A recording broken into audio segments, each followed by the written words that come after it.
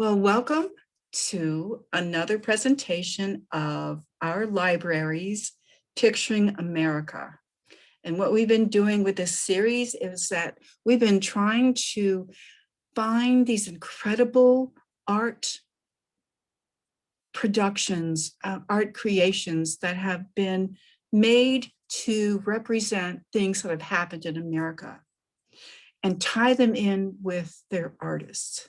And I'm very happy with this particular presentation because we are talking about Native Americans and Native American artists. So I'm so glad that you came to join us today. We're going to be talking about winter counts, but we're also going to go into ledgers. And you'll know what that is. If you hear about your parents talk about ledgers, it's usually they're talking about some kind of notebook that they keep track of their taxes or if they have a business, take care of all that. But you're going to see how the Native Americans cleverly used these notebooks to record important things of their culture. So that being said, let's see if this is going to work.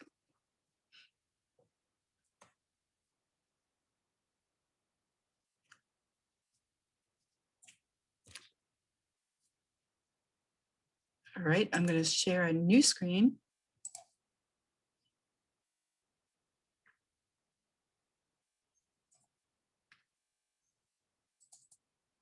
Okay, I think that's the one I want.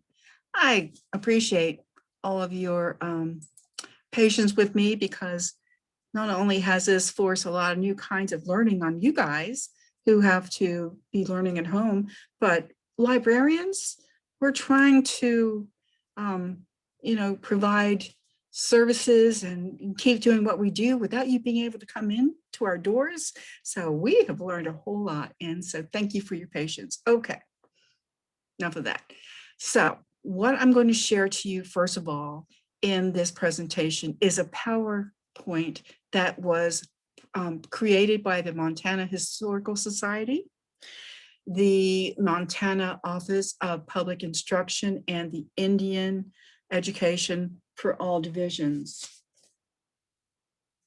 So I just wanted to give them credence about that. We're going to begin about talking about winter counts, which is what the original title is. However, we're going to go from winter counts to ledgers, and you're going to understand why. This first winter count that we're going to look at was drawn up by Medicine Bear. He is a Yanktonai Dakota, which is a band of the Sioux tribe. And you see his picture there. And just before we go on, the Montana Historical Society began in 1865. They were a wonderful reference to get all kinds of information from them. And if you're interested in finding out more of what they have to offer, as far as giving you true Native American experiences and the changes that happened in that area, please visit MHS, which is for Montana Historical Society, .mt for montana.gov. And I highly suggest that you visit their site. All right, here we go. And I must apologize. I don't want to miss any information that this wonderful site has provided. So I do have a little bit of notes on the side. So here is the winter count that Medicine Bear had created. This particular winter count spans for 88 years. And I'll talk about that a little bit more. It goes from the years from 1823 to 1911. Now, winter counts were drawn on hides. Could be deer hide, which I believe this one is, but also buffalo hide. Of course, the buffaloes were very important to the Plains Indians, who is what we're talking about. Medicine Bear was a chief. And this is the process of making a winter count. In the Sioux Nation, Their year began with the first snowfall and ended with the last snowfall. So Delaware, we would have some problems with that. However, once the last snowfall came about, it was marked the end of the year. The elders and the record keeper would get together. Now, the record keeper's position was handed down through generations or through families. It was a very important position because after the elders got together and they discussed what was the most, not important necessarily, but the most influential, momentous thing that happened in that year was to be. They let the record keeper know about that, and it was the record keeper's responsibility to take the winter count hide out that had been recorded through who knows how many years and add that particular pictograph. They didn't have written language, it was all in pictures. So that picture was going to explain the entire year, was going to sum up that whole year. And you have to keep in mind that these pictographs would combine year after year after year. And the record keeper was responsible of being able to read those pictures so that when their band got together, the record keeper would present this hide and would be able to say, in this year, this happened, and then the next year, and the next year, and the next year. And that is how they recorded their history. And if by chance the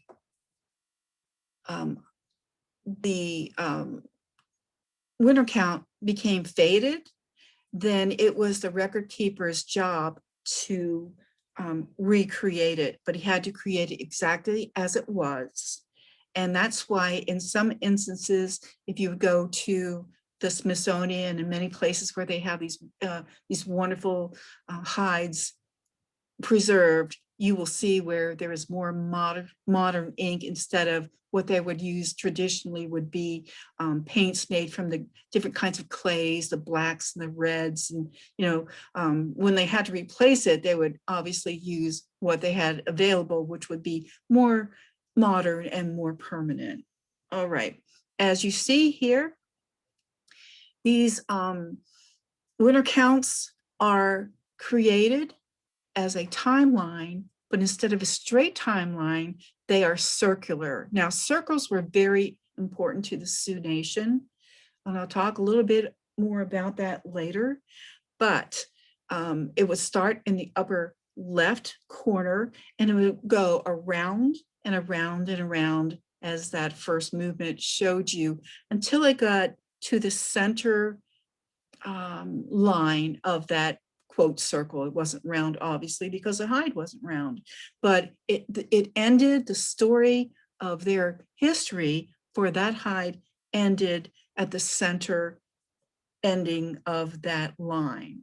So this particular one actually stretches out for 88 years, but some of them can be over 100 years or more. This is the advantage of having pictures to tell stories instead of writing it out longhand, because you can imagine how many pages you would fill up with trying to talk about important things that happened to your group in 100 years.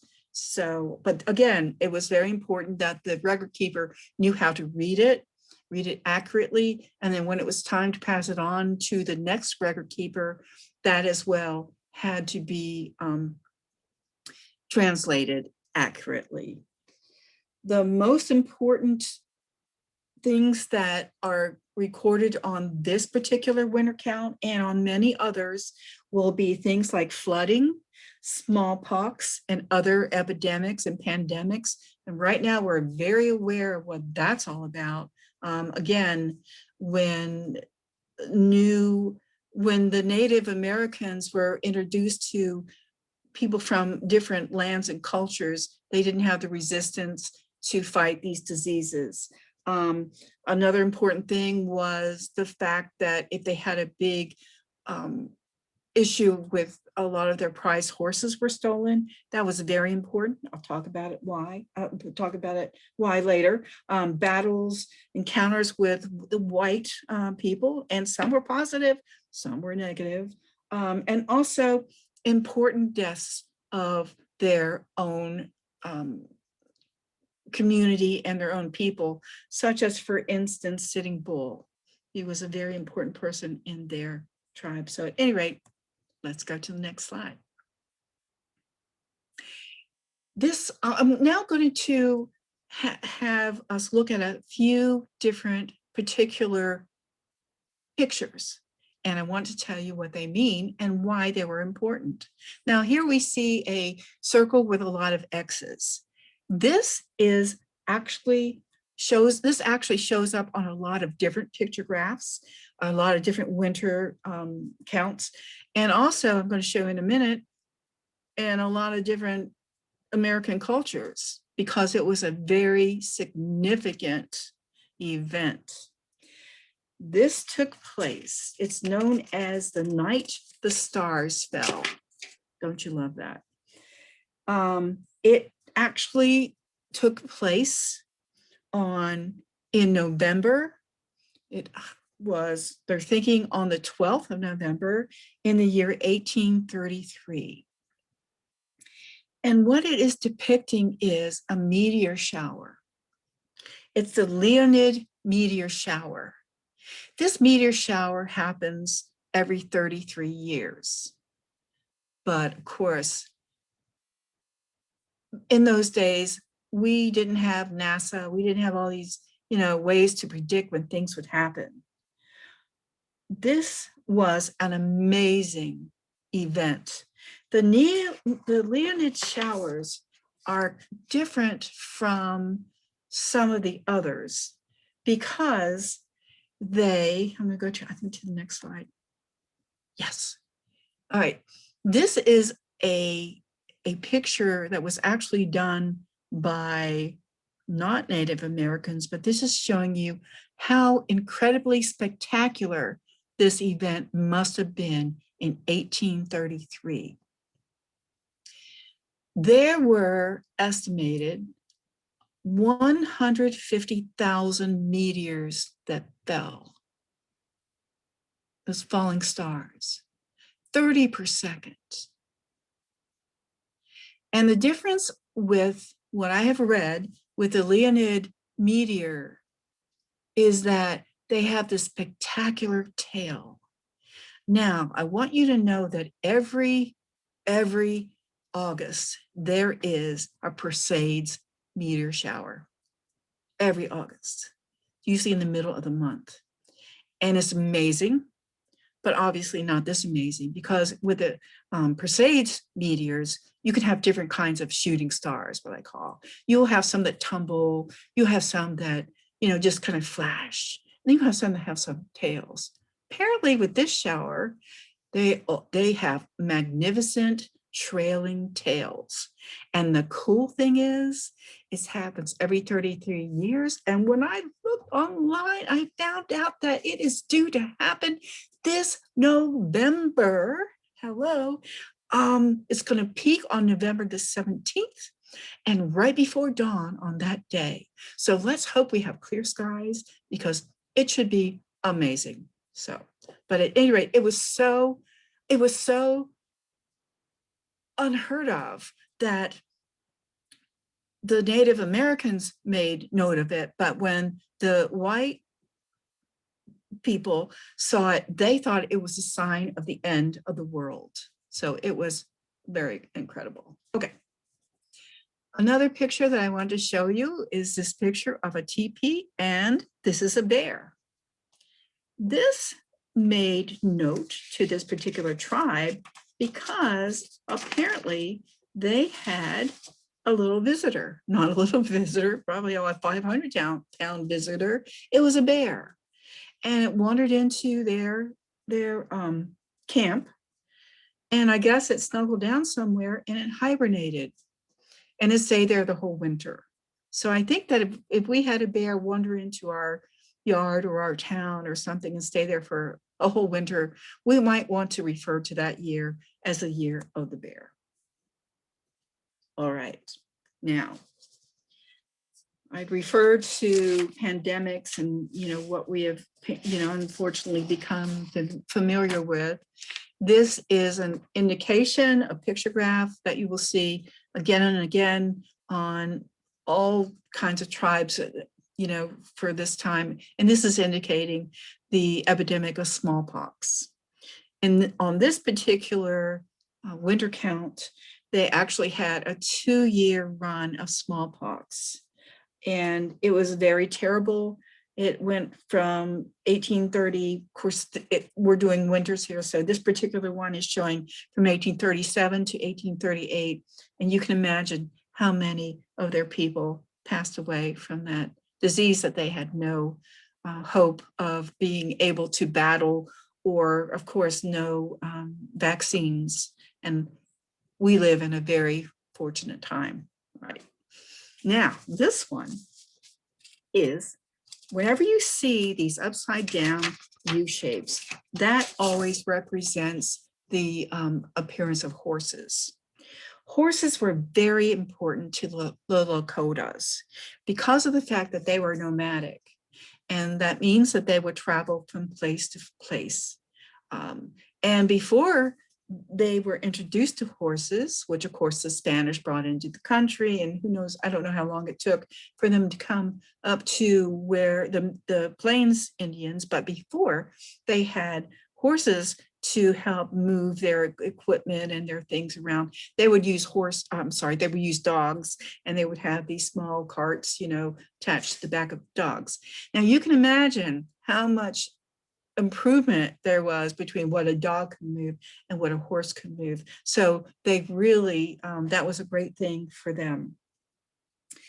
In this particular picture graph that you're seeing, this is representing that there was either a killing or a capturing of a large number of their prize horses.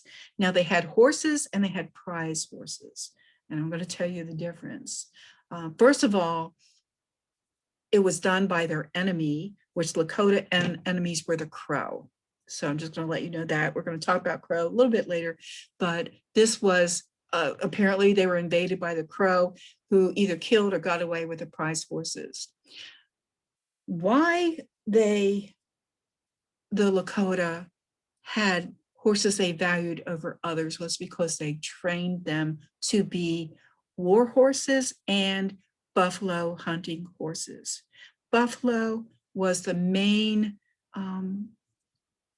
the main source of food and what they wore, their weapons. That was like their main source of living.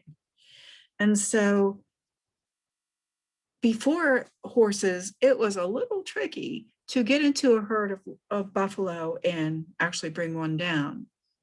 Now they had horses, so they would pick out horses that they thought had a lot of spirit, and they would train them to hunt buffalo.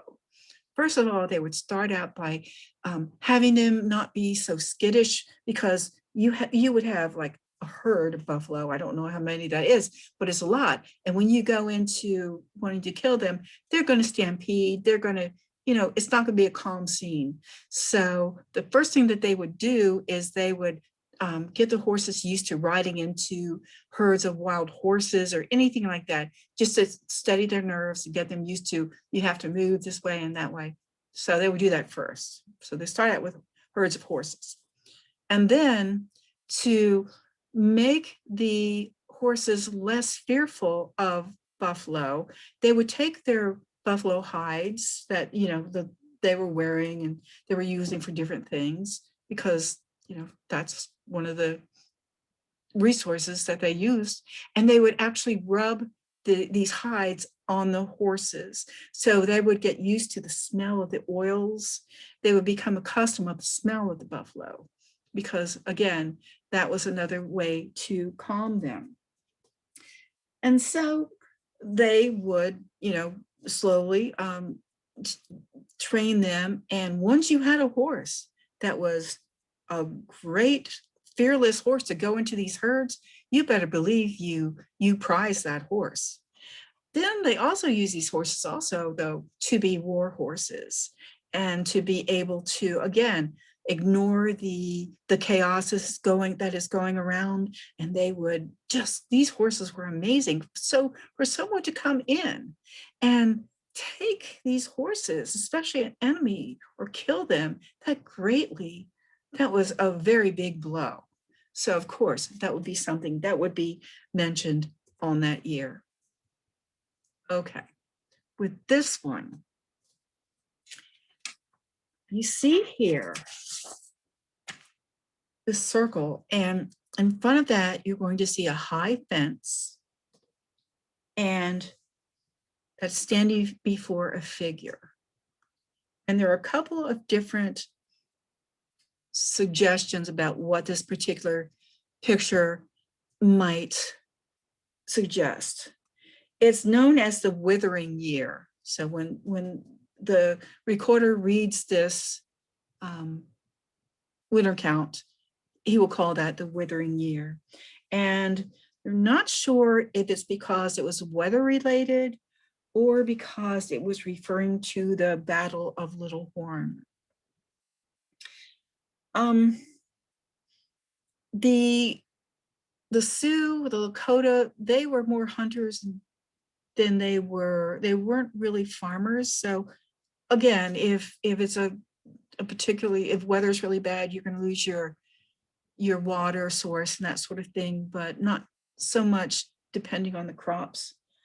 The Battle of Bighorn was in 1877, and doing reading, I came across something else that I wondered might be, because again, just like the Night of the Falling Stars, I think this is going to be something else that is going to resurface on different winter counts in different bands of the Sioux. Between 1874 and 1875, there was a Red River War, or also known as the Buffalo War. And what happened was there was a herd of still free-ranging buffalo that the army and the people pushing in, buffalo were becoming more and more extinct. And again, this was so important for their livelihood. So there was actually a war to try to protect this herd of buffalo. And so they fought this war, and of course, the natives lost, and so they were sent away. So that wouldn't surprise to reservations, but in other words, they lost. So I wouldn't be surprised in some winter counts that same kind of thing would show up, and that would indicate that particular war, because that had to have been, devastating. All right. This one, you see two teepees, and the lines on the left indicate movement. All right. This is indicating the return of a chief. His name was Gall, and you see his picture there down on the right. He and Sitting Bull were two very famous chiefs at that time that were really working hard to prevent this expansion into their lands, to prevent the armies and the people from the east taking away their ancestral lands. So at any rate, they were pushing the Sioux, and there were wars, like I said. And so eventually there were a couple of leaders that were trying to rally the natives to fight against these settlers coming in. So there were a lot of battles fought, but again, they didn't have the tools that the army had. So, in the end, they lost, and they would flee. Chief Gall fled with his people up into Canada. And this particular pictograph is showing that he came back down from Canada. He fled in 1877 and he came back in 1880. And so, kept trying to fight, but it just wasn't working. Now, Sitting Bull, his band, was still fighting, and they didn't surrender until 1881. And eventually, when Sitting Bull came back, they arrested him the way that they did with Gall and imprisoned him for a while. And we'll talk also about Black Hawk in that situation. But before we go on with this, I want you to watch this particular movie where there is it's going to describe more of what we're going into. We're going to transition from the winter counts into the ledgers. And at any rate, I want to introduce you to what is known as the Sundance ceremony, which was very big with the Lakotas. It got a lot of attention because it was very intense, a very religious act. And so I want you to watch this first, but also I want you to pay attention to what he talks about, the way that these pictures are drawn, because now we're going from one symbol of a year into what we're used to is, a whole picture depicting just one day or one act. So here we go.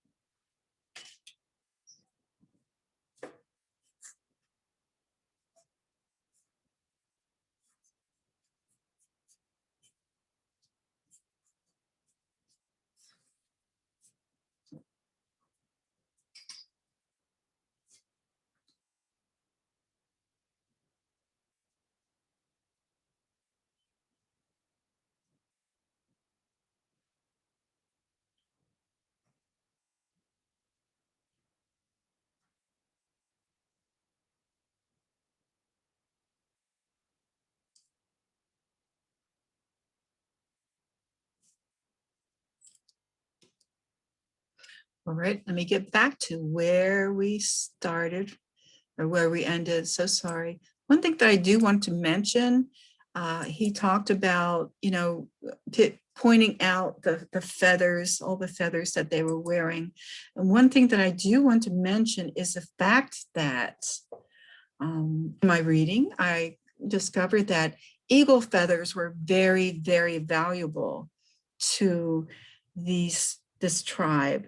They were so valuable that if you had 12 eagle feathers, that was equal to one horse. So that tells you how valuable they were. So you can imagine if they go to these wonderful ceremonies and are wearing eagle feathers, that's amazing. Okay, back to where we left off.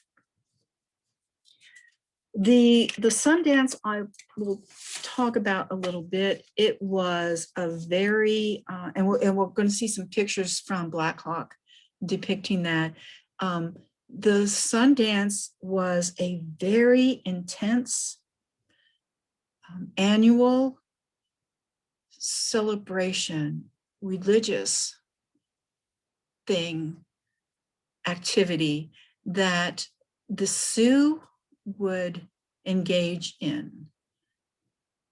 And the males that would participate in the most dramatic part of it, which I'm going to leave to you to look up, we're looking for a result of visions or healing powers or greater abilities in battle. I mean, they were seeking very serious additions to their spirit and to what they could do. So they underwent very, very intense actions. But the United States, they knew that this was going on. There's also something known as a ghost dance. That again, these were religious. They were spiritual. Let me say that they were spiritual to the Native Americans, and the Americans pushing them out didn't understand it, and they were afraid of it because they didn't know, if they were just afraid of it was going to cause a riot. It was going to cause a lot of them pushing back. So they wanted to smash that down as much as they can. Now, this particular pictograph that you're seeing right now is known as the end of Sitting Bull. Sitting Bull, as I said, was a very important chief in the Sioux tribe. And he went away to Canada for a while. He came back, and the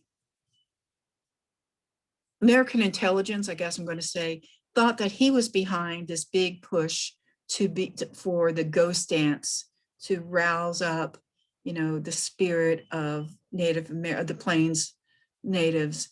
And so they had him on their list, like we need to take care of him. We need to arrest him. We just have to get rid of his influence. So what they did was they decided, because he'd already surrendered.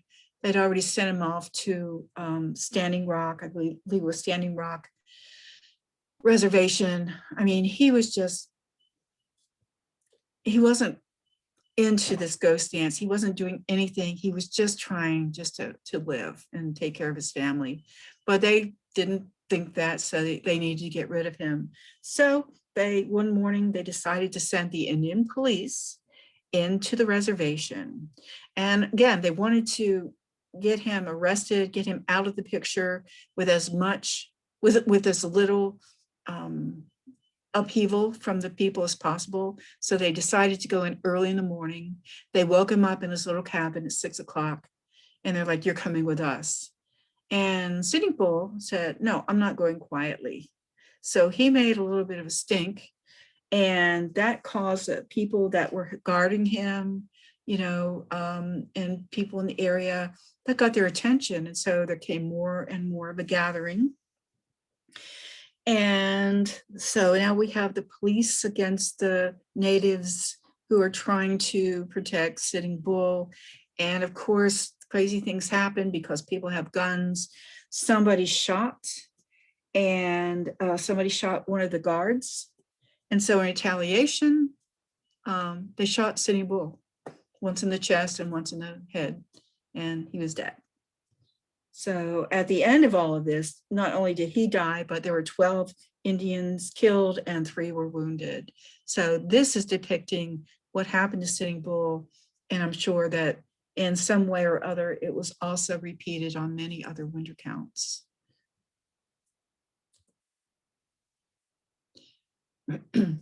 Now, this is a short little, very primitive, silent film. If you notice on the top, this was actually shot by Thomas Edison, or, with his camera, but this is in 1894. It says on the bottom Buffalo Bill. So I don't know if this was shot during a Buffalo Bill show or if this is actually a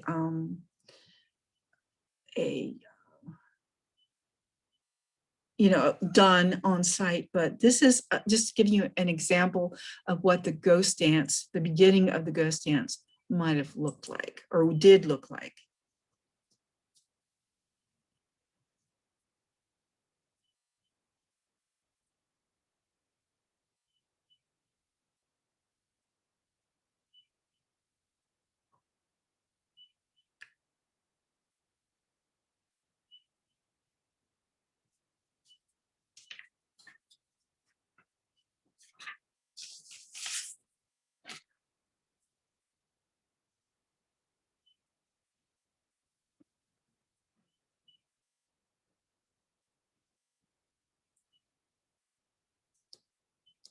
And please do, because they have so many rare archives. Just it's a great thing to visit. One of the big, not one of the big problems, always the big problem was as America started with 13 colonies, always moving west. The Lakota, the Sioux, so many tribes that were located in this plains area. Their lands were, according to the government, were purchased in the Louisiana Purchase from Napoleon. So I just want to give you an idea of how much land was now being moved into, claimed, and moving out people who were there before. I'm sorry, let me get back to this. So there you go, a little bit better picture. You can see that, east of the Mississippi, we're still talking about territories, and the brown is what is the United States, but these were just territories. We haven't, I don't know, done it, moved into or claimed yet, but this is the Louisiana Purchase. And this is just a little newspaper article or an article I just wanted to let you see. It is advertising that there's a lot of Indian land for sale. Get a home of your own with easy payments. It's talking about, what a great bargain it is. Yes, it's amazing. It gives you a little idea of how much per acre it will cost you. And let's say, for instance, in North Dakota, you can get an acre for $9.93, whereas in in Washington State, you're going to have to pay $41.37, although that's not included in that Louisiana Purchase. But it's just giving you an idea of why people were so anxious to move west. I know that was a lot of money then, but this land was amazing. And it says on the bottom, for the year of 1911, it is estimated that 350,000 acres will be offered for sale. So I just wanted to give you, you can get possession within 30 days. So I just wanted to give you an idea of what was happening and why it was happening on both sides. Okay, now we're going to get into, we talked about winter counts, and I showed you Medicine Bear and talked a little bit about that. Again, winter counts were made on hides. The women would tan the hides and the men would, whoever was chosen would paint on the hides. It was great because you could roll it up, and they were very, you could take them to the Sundances or wherever and open them up anytime. But as buffalo became more and more extinct, now they didn't have the hide to paint on as they could. And then, of course, you're also having the introduction to face with the Europeans and the Americans, who are bringing things like paper and pens and, colored pencils and things like that. So they were being introduced to new things that they could present their art on. This is Red Hawk. Red Hawk was a warrior chief who began fighting and hunting buffalo when he was 15 years old. He was amazingly brave, and they made him a warrior chief.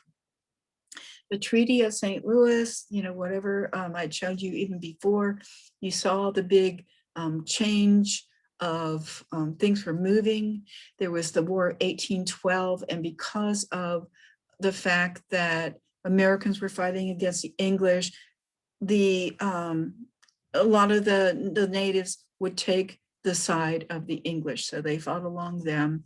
They lost, and also when the treaty came through and everything, they also lost, their holdings in Illinois, Missouri, and Wisconsin, and they were sent across the Mississippi. They were sent away. They were given, reservations to go to. Black Hawk was a warrior. He was a leader, and he was determined to pull people, the different bands of the Native Americans around, to get them to actively attack and drive out the settlers that were especially in the Blue Mounds of Wisconsin. He would lose. He would, go up to Canada. He would retreat, but he kept coming back till eventually he was captured and they took him prisoner. Now, here he is after he is taken prisoner. He was briefly put in a prison. I think it was in St. Augustine in Florida, where a lot of the other chiefs were sent. I could be wrong about that, but I don't think I am. But once he was released, then you can see they Americanized him, and they just considered him as, you were so big and bad, you're Black Hawk, but you're no longer the symbol of these big scary people. You're just you. And he actually wrote an autobiography after he moved to Iowa. And you can find it. It's called Black Hawk, The Life of Black Hawk, and then there's his Indian name, which I apologize, I should know how to say, but I do not know how. And it on the bottom, it says dictated by himself. So if you're interested in that, I think that would be a very interesting read. And you can see the difference of who he was before and who he was after. And I don't know, he's wearing a medallion with a picture on it. I am sorry, I don't know who that is. Please somebody find out and let me know. Okay, so why we're talking about Black Hawk is that he is very famous for creating this Sansark Lakota ledger book. And it spans 1 year, just like the winter counts did. But this one was done on paper with colored pencils. Here's the situation. This is why Black Hawk decided to create this ledger book. I told you how the buffalo were near extinction and his family was starving. They were in very hard straits, as well as so many of his band and his tribe were. Times were hard. He had to take care of his family, but he would not beg. He was too brave to do that. He happened to have a vision, which from different, it could be from a religious gathering like the ghost dance or the Sundance, or for whatever reason, often chiefs would have a vision. And I guess he mentioned it to this trader that he was dealing with. And the trader was intrigued by that. And he asked him if he could draw pictures of his vision. And if he would draw pictures of his vision, this man would, first of all, he gave him the paper and the materials to draw with. If he would, for every picture that he drew, this trader would give him 50 cents. So Black Hawk agreed to do that. He ended up drawing 67 pictures and made a total of $38 which at that time was a lot of money. But as you can see, this is back in the 1880, towards the 1880s. It sold in 1994, this bound leather 67 picture collection was sold for $400,000. So, but I'm showing you this picture also that's because he agreed to draw his visions, but I think they were so sacred to him, he actually only drew 2 pictures of his visions, and then everything else was from the life, the tribal life of the Lakota Sioux, and you're going to see a lot of those in a minute. But this is the only vision that I came up with, and that's the thunder god. So this was the only vision that I have right now that was actually, of his what he experienced. And as you can see, it's on lined paper. You can see where the paper folds up in the middle. It was actually drawn in like a notebook. Now I'm going to show you a series of his paintings of some of the 67 pictures, that were in this ledger. And I'm also going to show you some photographs next to them to give you an idea of how he truly captured how his people truly dressed and lived. As opposed to, if you look at something, if you ever read the book, The Last Mohicans, or you ever see pictures that the Europeans painted or drew of the Native American people, they're idealized. They aren't true to how these people were. These details are amazing. So you can see here at the bottom, we have, the dress on the one side and the horses. So this is kind of what I want to give you appreciation of how important these drawings truly are.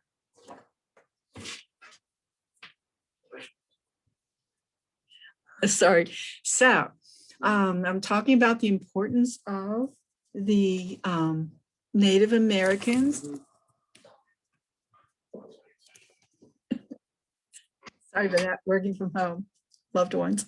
Okay, I was telling you about how important the Native Americans, the horses are to this this tribe and to all Native Americans. You can see these beautiful paintings on the side of their teepees of horses. And I'm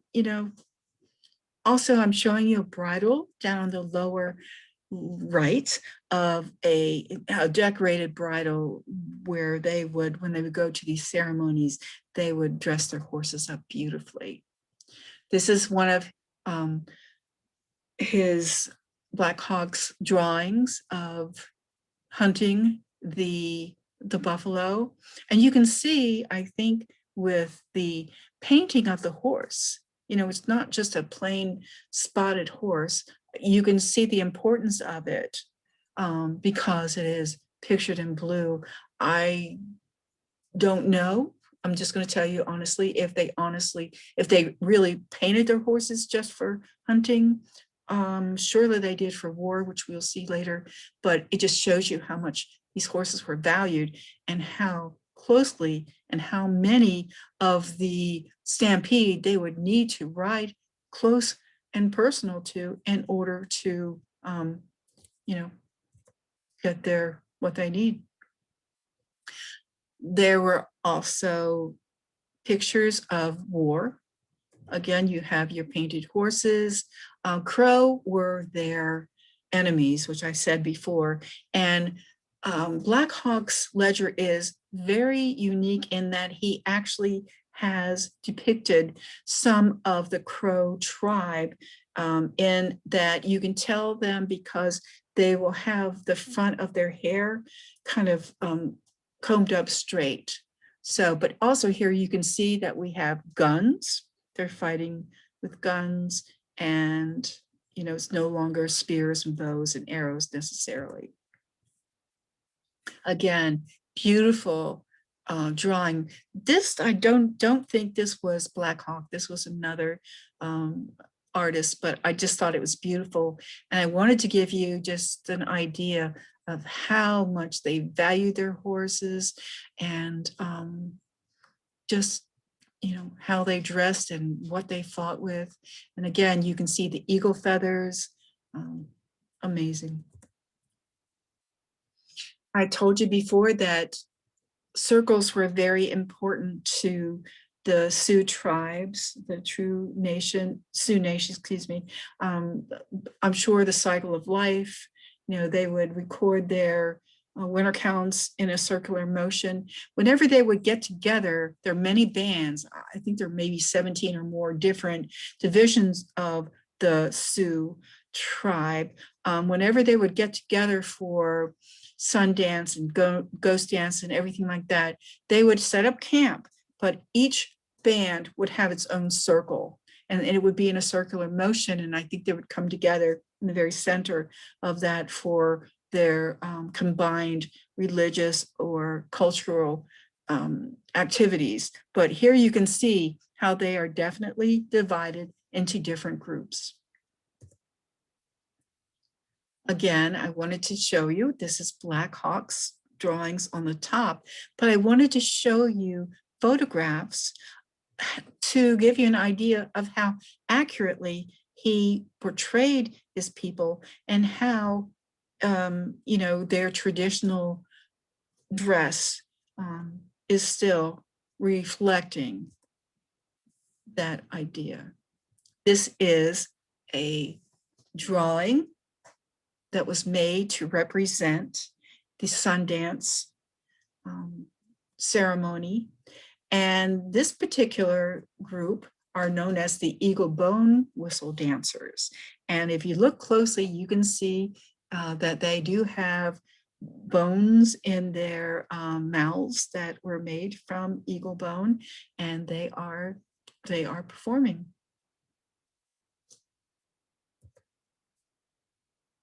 This is the Sundance Audience. Now the Sundance, just to give you an idea, this was a 4-day procession. This was a 4-day activity, and during which the people who were going to actually do the dramatic, the braves that were actually do the dramatic part of the Sundance, they would feast, they would fast, and there would be periods of that and where they, you know, they wouldn't drink. It was quite an ordeal. It's very involved. This is showing you an audience, and I think we had a little bit of example in the video that the professor showed us as how they would dance together, or they would join together and just watch this amazing act of bravery happen.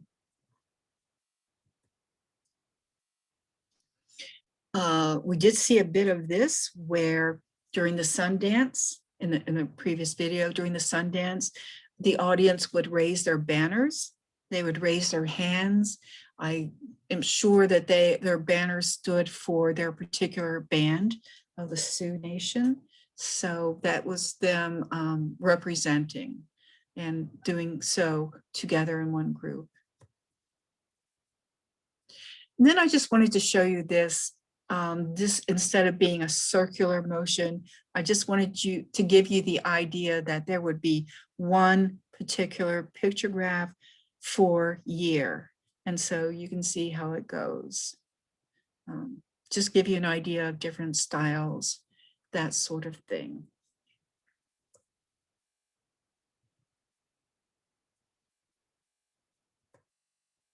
Oh, I'm at the end. Well, that went fast. I just want to say that what an amazing country we have. And we brought together so many different cultures. And it's not until you look into what cultures stand for that you know, it's just an amazing thing. So I hope this has been something that you have enjoyed. I really would love it if you would think about, let's go back to the past 5 years. And I want you to draw a, I want you to draw an outline of a buffalo hide or whatever you want it to be. It could even be a circle. And I want you to think back to the past 5 years and choose one thing to represent for each year. Draw a picture of that and then be able to sit with someone and tell them your story, your history over the past 5 years. Thank you so much for joining us. Next month, we are going to look into Benjamin Franklin and Abraham Lincoln. We're going to look at statues and photographs of them, but I'm going to tell you how, even though they were born over 100 years apart, there's a lot of things about them that are very similar. So thank you so much, and I'll see you next month. Bye.